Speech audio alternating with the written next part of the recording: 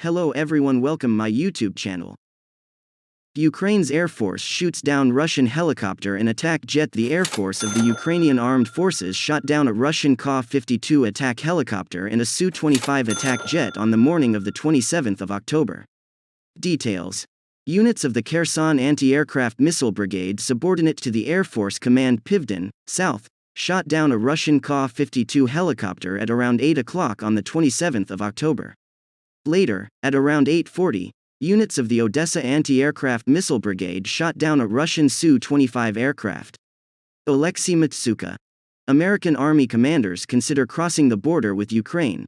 The 101st Airborne Division American Army commanders consider crossing the border with Ukraine. Could the U.S. troops enter the territory of Ukraine, and what would it change? The commanders of the 101st Airborne Division said they are ready to fight at any moment, and that, in case of escalation, they are ready to cross the border with Ukraine. What is the official position of the American administration, and how to perceive hints made by both the military and the ex-director of the CIA? The former head of the CIA, David Petraeus, states the circumstances under which the United States could participate in the war in Ukraine. Can these messages be considered an attempt to feel public opinion and understand how the United States and Europe will react? Or what Russia's reaction will be? Comments from John Kirby, Coordinator for Strategic Communications at the National Security Council in the White House, and Ned Price, spokesman for the United States Department of State, on the U.S. position on the use of troops in military conflicts abroad. The debate in Washington is about what to consider an attack on NATO, or any of the countries that are members of the alliance. This and more, see in the new video by Oleksiy Matsuka, Editor-in-Chief of the Ukrainian International Broadcasting Channel Freedom. The 101st Airborne Division of the U.S. Army is now deployed in Romania, right on the border with Ukraine. This unit is just fabulous. It was formed back in August 1942. It participated in the Normandy landings. 8 decades after those events, this division, also known as the Screaming Eagles, was sent to Europe again. About 2,500 soldiers were redeployed to Romania, Bulgaria, Hungary, and Slovakia to protect NATO's eastern flank. Most of them stand now on the very border with Ukraine. But there is a very strict order: they can't even step into Ukrainian territory. After all, if at least one American military man suffers, the US will be instantly involved in this war. And Biden administration is trying to avoid this scenario. So why this unit is on the ear today? A report, issued by the American CBS channel, has changed everything. Its correspondent visited the unit, spoke with the command. He learned that the U.S. military drill was meant to recreate the battles Ukraine's forces are fighting every day against Russian troops, just across the border. That is, in fact, they are working out counteraction to Russian troops. But what surprised us the most was that the article contained the words, "The U.S. military is ready to fight tonight." Here's how the reporter put it.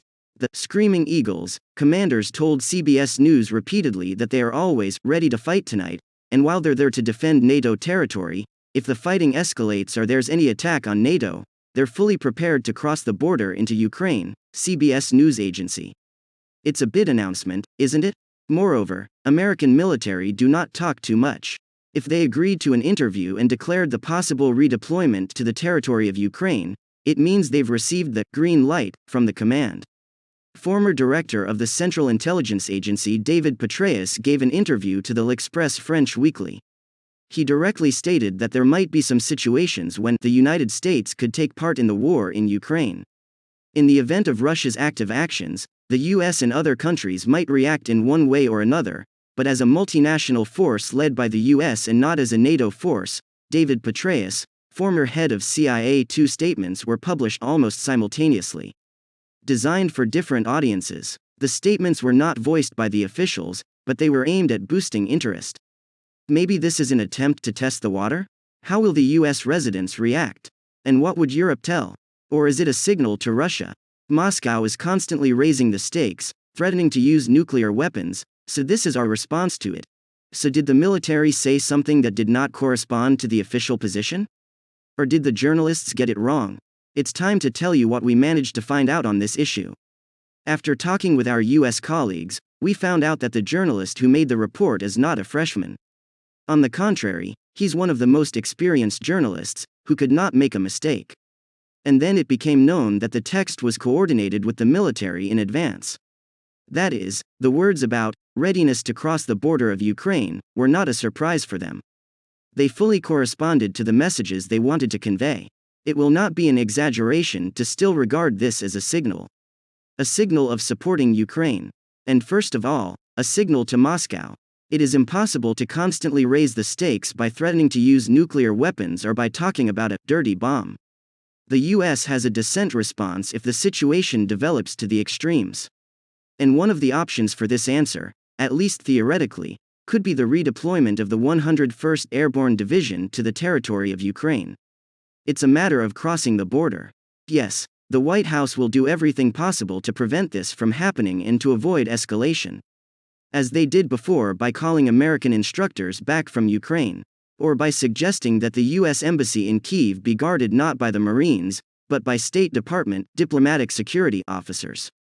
The administration is aimed at avoiding direct involvement of the United States in the conflict, and informally they admit this is a personal decision of the head of state.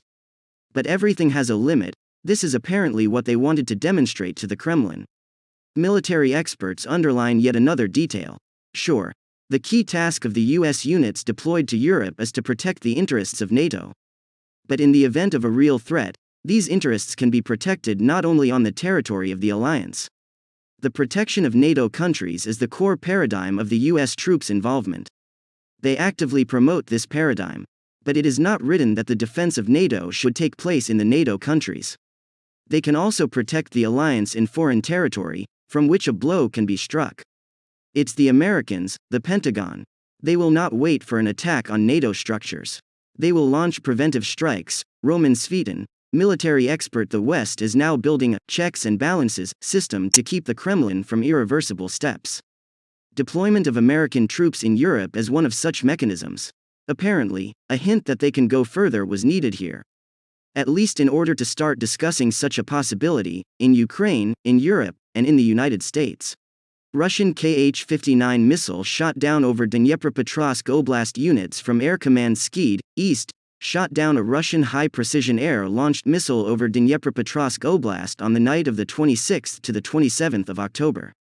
Quote, "The defenders of our skies have carried out a successful mission.